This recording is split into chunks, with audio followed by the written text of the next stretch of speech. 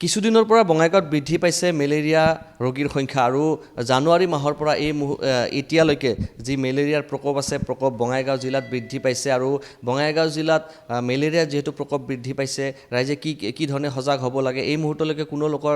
মৃত্যু হোৱা নাই মেলেৰিয়াত কিন্তু যথেষ্ট বৃদ্ধি পাইছে যোৱা বছৰৰ তুলনাত এই বছৰ মেলেৰিয়াৰ যি সংখ্যা আছে ৰোগীৰ সংখ্যা বৃদ্ধি পাইছে মোৰ সৈতে আয়ুষ আছে আৰু আয়ুষৰ লগত মই বঙাইগাঁও যুটীয়া স্বাস্থ্য সেৱা সঞ্চালক ডক্টৰ বলেন্দ্ৰ নাৰায়ণ ডেকাৰ সৈতে উপস্থিত আছোঁ তেখেতৰ পৰা অকণমান জানিবলৈ যত্ন কৰিছোঁ আমি ছাৰ দেখিছোঁ যে এই বছৰ মেলেৰিয়াৰ সংখ্যা বৃদ্ধি পাইছে যোৱা বছৰ ইমান নাছিলে মেলেৰিয়া কিন্তু এইবাৰ এই মুহূৰ্তলৈকে প্ৰায় 11গৰাকী মেলেৰিয়া ৰোগী আপোনালোকে চিনাক্ত হৈছে গোটেই বঙাইগাঁও জিলাত কি ক'ব আপোনাৰ কিয় বৃদ্ধি পাইছে মেলেৰিয়াৰ সংখ্যাটো আৰু ৰাইজে কি ধৰণে সজাগ হ'ব লাগে মেলেৰিয়া যোৱা কিছু বছৰ ধৰি মেলেৰিয়া অসমত প্ৰাদুৰ্ভাৱটো কমি আছিলে কিন্তু 2023 কেইটামানৰ হ'ল 2024 হ'ল আৰু এইবাৰ 2025 জানুৱাৰীৰ পৰা আমাৰ ইয়াত আমি টোটেল 10টা মেলেৰিয়া পেচেণ্ট আমাৰ ইয়াত ডিটেকশ্যন হৈছে সেই 10টা মেলেৰিয়াৰ তাৰ ভিতৰত 7জন পেচেণ্ট মাইগ্ৰেটৰী মানে কি আমাৰ বঙাইগাঁও যিবিলাক পাৰ্শ্বৱৰ্তী জিলা বিশেষকৈ কোকৰাঝাৰ আৰু চিৰাং সেই তাত মেলেৰিয়াৰ প্ৰকোপটো বহুত বেছি যোৱা বছৰটো কোকৰাঝাৰত শতাধিক মানুহৰ মেলেৰিয়া হৈছিলে গতিকে তাৰ পৰা আমাৰ ইয়াত অহা মানুহৰ ইয়াত মেলেৰিয়া হয় তেনেকৈ আমি 7জন আমি মাইগ্ৰেটৰী পেচেণ্ট আছে আৰু তাৰ লগতে আমাৰ ইণ্ডিজিনাছ আমাৰ থলুৱা আমাৰ স্থায়ী 3জনৰো মেলেৰিয়া হৈছে আমি ভাবোঁ যে যিখিনি মানুহ মাইগ্ৰেটৰী বা আমাৰ প্ৰব্ৰজন কৰা মানুহ আছে তাৰ পৰা আমাৰ ইয়াত স্প্ৰেড হোৱা বুলি আমি এটা ধাৰণা কৰিব পাৰোঁ আৰু এই পেচেণ্টখিনিৰ ভিতৰত প্লাজমডিয়াম ভাইভেক্স যিটো খুব চিৰিয়াছ ফৰ্মত নাযায় তেওঁলোক 7টা আছে আৰু প্লাজমডিয়াম ফেলচিফেৰাম যিটো চেৰিব্ৰেল মেলেৰিয়াত যায় তেনেকুৱা পেচেণ্ট আমাৰ 3টা আছে তথাপি আমাৰ গোটেইকেইটা পেচেণ্টে যিখিনি পাব লগা চিকিৎসা পাইছে আমাৰ কোনো পেচেণ্ট মৃত্যু হোৱা নাই আৰু সকলো ইতিমধ্যে সুস্থ হৈ উঠিছে এতিয়া প্ৰাদুৰ্ভাৱৰ কাৰণটো হৈছে কি এতিয়া বাৰিষা কালৰ লগে লগে মহৰ বংশ বিস্তাৰ হয় এজন মেলেৰিয়া থকা মানুহক যদি কোনোবা এটা মহে কামোৰে সেই মহটোৱে তাৰ দেহত বিভিন্ন মানে মহৰ যিটো বংশ বৃদ্ধি কৰি পেলাই সেই মানুহৰ দেহত যদি মানুহৰ তাত কামোৰে সেই মানুহজনৰ মেলেৰিয়া হ'ব পাৰে গতিকে আমি প্ৰথম কথা হৈছে কি আমি মহৰ পৰা আমি এভইড আঁতৰত থাকিব পাৰিব লাগিব এতিয়া মহৰ পৰা আঁতৰত থাকিব পৰা সম্ভৱটো নহয়েই কাৰণ আমাৰ বঙাইগাঁও ডিষ্ট্ৰিক্টখন অলপ জংঘলপাতি ঘাঁহ জংঘল বেছি আছে গতিকে ইয়াত মহ যথেষ্ট বেছি গতিকে আমি সাৱধান হ'ব লাগিব যাতে আমাক মহে নাকামোৰে গতিকে আমি ৰাতি সদায় আঁঠুৱা তৰি শুব লাগে মহ দূৰ কৰাৰ কাৰণে ধূনা দিব লাগে বা মহ দূৰ কৰি ধূপ দিব লাগে আৰু তাৰপিছত আমাৰ মহৰ বংশ বৃদ্ধি কৰা যিখিনি বন্ধ পানীত মহে বংশ বৃদ্ধি কৰে বিশেষকৈ মেলেৰিয়া বন্ধ পানীত গতিকে ঘৰৰ ওচৰে পাঁজৰে বন্ধ পানী ৰাখিব নালাগে সেইখিনি পানী বোৱাৰ ব্যৱস্থা কৰিব লাগে আৰু আমাৰ স্বাস্থ্য বিভাগৰ ফালৰ পৰা আমি মানুহক আমি বিভিন্ন দিহা পৰামৰ্শ দিছোঁ কেনেকৈ মহৰ পৰা আঁতৰত থাকিব লাগে আৰু আমি এই যিমানবিলাক ভালনাৰেবল এৰিয়া তাতে আমি মহ খেদা ধোঁৱা দিয়াৰ ব্যৱস্থাও কৰিছোঁ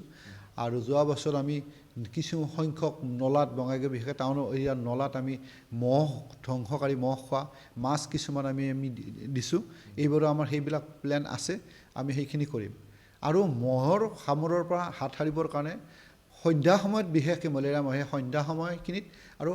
আৰ্লি মৰ্ণিংখিনিত বেছি সময় কামোৰে গতিকে সেইখিনি সময়ত মহে নাকামোৰে কাৰণে আমি আঁঠুৱা ল'ব লাগে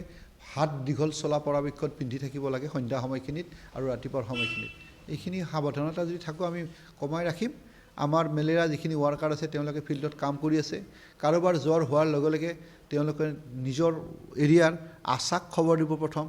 ANMক খবৰ দিব আমাৰ স্বাস্থ্যকৰ্মী আছে মেলেৰিয়া কৰ্মী আছে সবকে খবৰ দিব আৰু অলপ বেছি হোৱা যেন দেখিলে ওচৰৰ স্বাস্থ্য কেন্দ্ৰত লগে লগে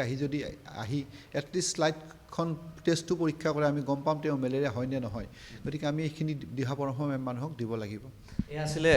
যুটীয়া স্বাস্থ্য সেৱা সঞ্চালক আৰু আমি জিলা নিৰীক্ষণ বিষয়া আছে মোৰ সৈতে ডক্টৰ বাদল চৰকাৰ আপোনাক স্বাগতম জনাইছোঁ মেলেৰিয়াৰ সমান্তৰালকৈ আমি দেখিছোঁ যে বাকী অন্যান্য জ্বৰ আমি দেখিছোঁ এইসমূহ আপোনালোকে কি ধৰণে নিৰীক্ষণ কৰি আছে আৰু এতিয়া কিয় মানে আপোনাৰ বেমাৰ বৃদ্ধি পাই গৈ আছে হয় নমস্কাৰ বেমাৰ আচলতে মানে এতিয়া বাৰিষাৰ দিনত গৰমৰ দিনত অলপ বৃদ্ধি পায় যিহেতু ক্লাইমেটটো চেঞ্জ হয় আৰু কেতিয়াবা ভীষণ ৰ'দ দিয়ে আৰু যিবিলাক বাহক বেমাৰ বহন কৰিব পৰা যিবিলাক মহ বা অন্যান্য যিবিলাক বাহক সেইবিলাক বৃদ্ধি পায়, বংশবৃদ্ধি কৰে। গতিকে আমি এই ক্লাইমেট চেঞ্জৰ লগত আমি জনসাধাৰণেও অলপ সতৰ্কতা মানে অৱলম্বন কৰি থাকিব লাগিব। আমাৰ যিটো নিৰীক্ষণ ছিষ্টেম ইয়াতে ফিল্ড লেভেল ৱাৰ্কাৰ যেনেকুৱা আশা বাইদেউসকল আছে, ANM আছে, ছাব চেণ্টাৰত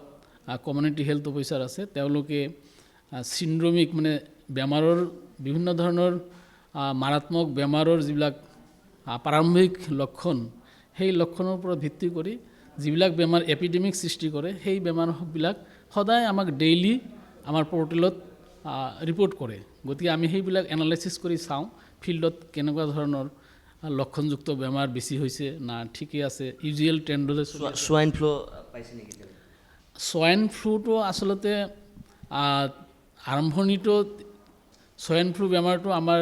ইনফ্লুৱেঞ্জা, সাধাৰণ ইনফ্লুৱেঞ্জা, চৰ্দি, জ্বৰ, কাহ, গাৰ বিষ সেই ধৰণেই আৰম্ভ হয়। গতিকে সেই বেমাৰবিলাক একেবাৰে মাইল্ড ফৰ্মতো হয়, কেতিয়াবা চিৰিয়াছ হয়। গতিকে আমাৰ এটা ছিষ্টেম আছে, এইবিলাক আমাক সদায় পৰ্টেলত ফিল্ডৰ পৰা খবৰ দি থাকে। হস্পিটেলত যদি আহে ইনফ্লুৱেঞ্জা অলপ চিৰিয়াছ ধৰণৰ, আমি চাৰি বুলি কওঁ, চিভিয়াৰ একিউট ৰেছপিৰেটৰী ইলনেছ, সেইকেইটা আমি ইনভেষ্টিগেশ্যন কৰোঁ। আমাৰ হস্পিটেলবিলাকক আমাৰ ডক্টৰসকলক আমাৰ ইনফৰমেশ্যন দিয়া আছে যে এনি ইনফ্লুৱেঞ্জা কেছ যদি চাৰি হিচাপত OPDত দেখাবলৈ আহে সেইটো আমাক ইনফৰ্ম কৰে। আমি মাইক্ৰ'বায়'লজিষ্ট, আমাৰ যিটো ডিষ্ট্ৰিক্ট মাইক্ৰ'বায়'লজি ডিপাৰ্টমেণ্ট আছে, তেওঁলোকক মানে তেওঁলোকৰ তাতে পঠাই দিয়ে কেছটো, তেওঁলোকে চেম্পুল লয় আৰু সেইটো কিবা যদি ভাইৰাছ, সোৱাইন ফ্লুৱে হওক বা বেলেগ ভাইৰাছজনিত বেমাৰ যদি হয় বা COVID-19 হ'ব পাৰে, সেইবিলাক আমি আমাৰ ৰেফাৰেল লেবৰেটৰী মেডিকেল কলেজত পঠাই দিওঁ চেম্পুলটো। ক'ভিড পাইছে নেকি এতিয়া? নাই, আমাৰ এতিয়া ক'ভিড এতিয়ালৈকে ধৰা পৰা নাই আৰু সেনেকুৱা সোৱাইন ফ্লুও এনেকুৱা কেছ বা পৰীক্ষা কৰিব লাগিব বুলি সেই ধৰণৰ কেছ আমাৰ ডিষ্ট্ৰিক্টত হোৱা নাই এতিয়ালৈকে। মেলেৰিয়া কেৱল? মেলেৰিয়াটো আগতে কিছুদিন বহুত নাছিলে, সেই তুলনাত অলপ বাঢ়িছে। কিন্তু ৰাইজ সজাগ হ'ব লাগে, মানে মেইনলি যিমান দূৰ পাৰে মহ কামোৰৰ পৰা হাত সাৰি থাকিব লাগে। এয়া আছিলে বঙাইগাঁও স্বাস্থ্য বিভাগৰ উচ্চপদস্থ তেখেতসকল বিষয়া, আৰু আমি তেখেতসকলৰ পৰা জানিবলৈ যত্ন কৰিছিলোঁ। মূল কথাটো হৈছে যে মেলেৰিয়াৰ প্ৰকোপ বঙাইগাঁও জিলাত বৃদ্ধি পাইছে আৰু মেলেৰিয়াৰ পৰা কি ধৰণে হাত সাৰিব লাগে সেই কথাকে চিকিৎসকসকলে কৈছে।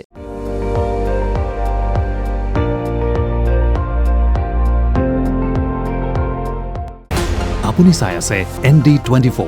সৰ্বশ্ৰেষ্ঠ নহয় সৰ্বোত্তমৰ দৌৰ।